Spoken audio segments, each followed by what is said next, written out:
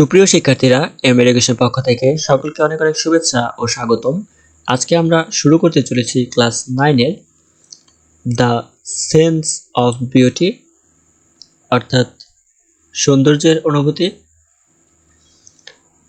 আজকে আমরা আলোচনা করব 3.1.1 নিয়ে। তো চলো আমরা শুরু করি।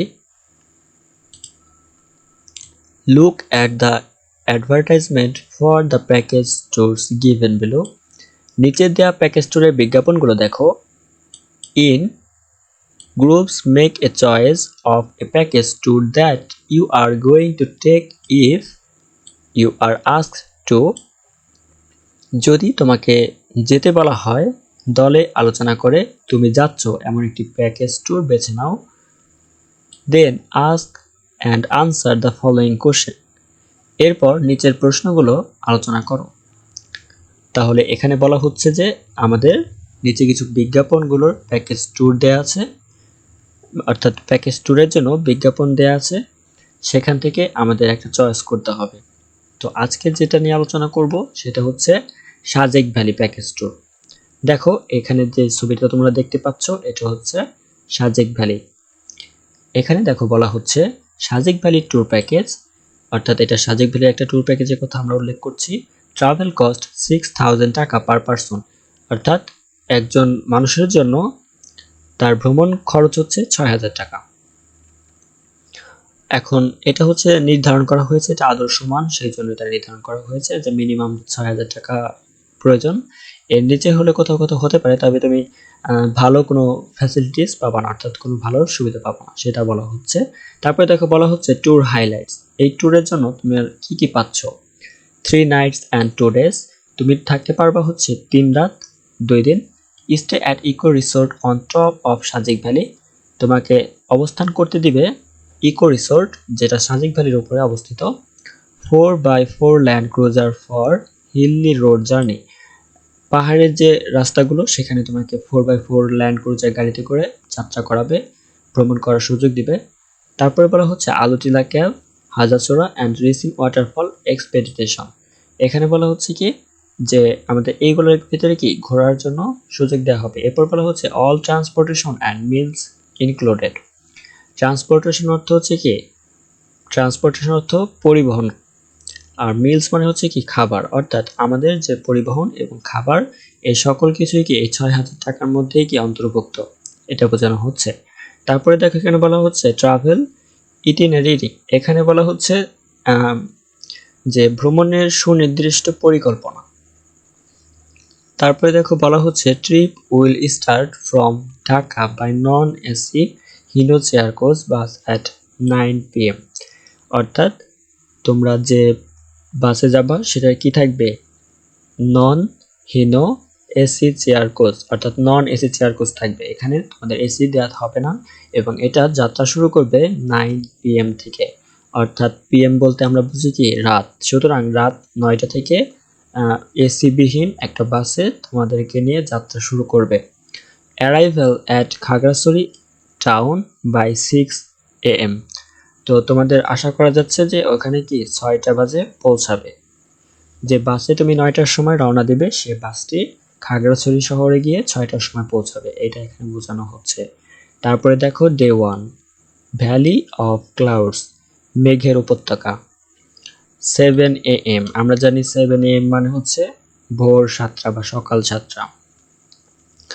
Breakfast will be served at a local restaurant in Khagrachari town, সকালের নাস্তা খাগড়াছড়ি শহরের একটি স্থানীয় রেস্তোরাঁয় দেওয়া হবে।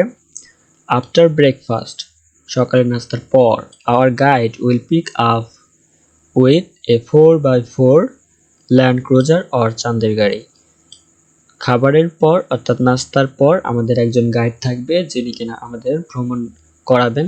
তো তারা হচ্ছে কি 4x4 ল্যান্ড ক্রুজার অথবা চাঁদের গাড়ি নিয়ে আমাদের ভ্রমণটা করাবে।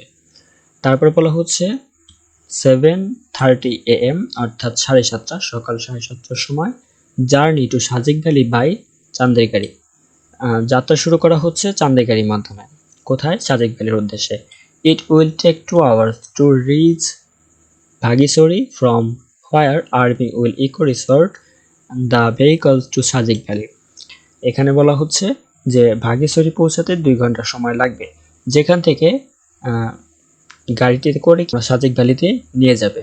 From Bhageshwari it will take another 2 hours to reach the final destination Sajek valley.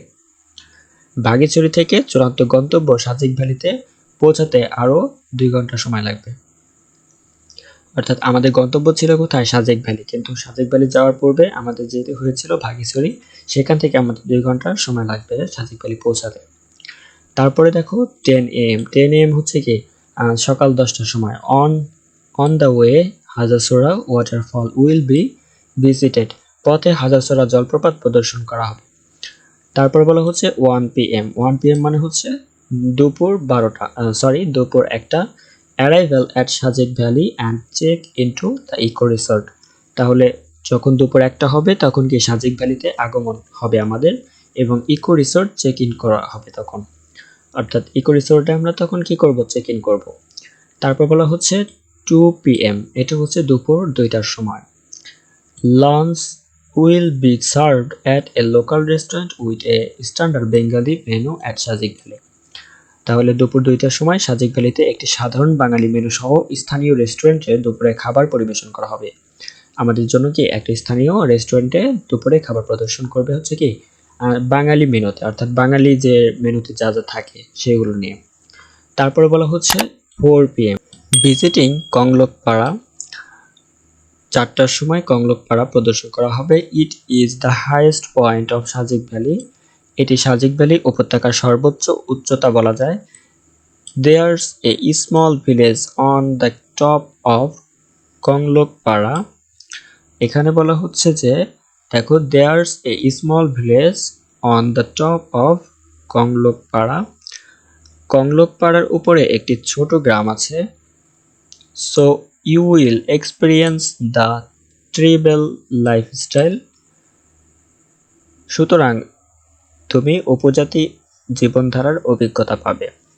যেহেতু কংলকপাড়ার উপরে একটি ছোট গ্রাম আছে, সেখানকার চলাফেরা, মানুষের ব্যবহার সবকিছু তো আমাদের এইখানকার মতো হবে না, সেই জন্য বলা হচ্ছে সুতরাং তুমি সেখানকার উপজাতীয় জীবনধারার অভিজ্ঞতা পাবে। 6 PM সন্ধ্যা 6টা enjoying mesmerising sunset from the helipad of Sajek. এখানে বলা হচ্ছে সন্ধ্যা 6টায় সাজেকের হেলিপ্যাড থেকে মুগ্ধ সূর্যাস্ত উপভোগ করা হবে। The view from the helipad is something unique and amazing. এখানে বলা হচ্ছে হেলিপ্যাড থেকে দৃশ্যটি অনন্য এবং আশ্চর্যজনক।